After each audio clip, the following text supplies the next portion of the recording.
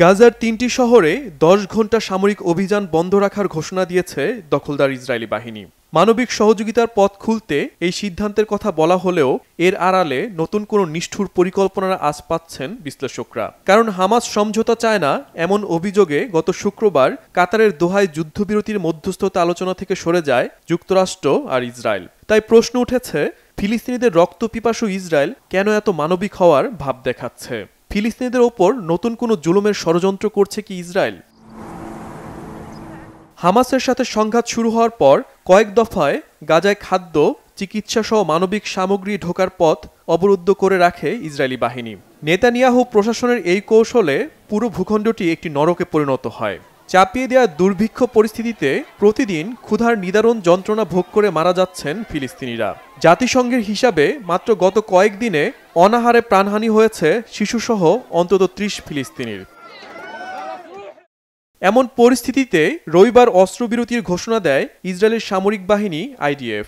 জানানো হয়, গাজায় মানবিক সহায়তা বাড়াতে গাজা সিটি, আল মাওশি আর দের আল বালাস শহরে স্থানীয় সময় সকাল 10টা থেকে রাত 8টা পর্যন্ত সামরিক অভিযান বন্ধ থাকবে। কোনো নির্দেশনা না দেওয়া পর্যন্ত প্রতিদিন ওই এলাকায় সামরিক অভিযান চালাবে না ইসরায়েলি সেনারা। ত্রাণ ও ঔষধের গাড়িবহর বিনা বাধায় চলবে সকাল 6টা থেকে রাত 11টা পর্যন্ত। একই সঙ্গে মানবিক সহায়তার নতুন করিডোর চালুর কথাও জানিয়েছে নেতানিয়াহু প্রশাসন। এই ঘোষণার পর থেকে জর্ডান ও মিশর সীমান্ত দিয়ে গাজায় ত্রাণের বহর ঢুকতে শুরু করেছে। গত বছর জুনে ইসরায়েল এমন পরিকল্পনা হাতে নিলেও পরিণতি ভালো ছিল না। সে সময় দক্ষিণ গাজায় প্রতিদিন 11 ঘণ্টা সামরিক অভিযান বন্ধের ঘোষণা দিয়েছিল জায়নবাদী গোষ্ঠী।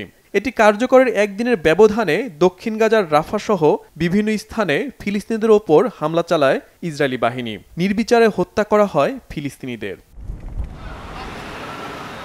আগের নির্মম নজির আমলে নিয়ে বিশ্লেষকদের ধারণা, ইসরায়েলের নতুন মানবিক পরিকল্পনা আষাঢ়ে গল্পে পরিবর্তিত হওয়ার জোরালো শঙ্কা রয়েছে, যা আবারও চোখে আঙুল দিয়ে দেখাবে ক্ষুধার্ত ফিলিস্তিনিদের বেঁচে থাকা আর স্বাভাবিক জীবনের স্বপ্ন দেখাটাই এক ট্র্যাজেডি। শহীদ আরাফাত, বাংলাভিশন নিউজ ডেস্ক।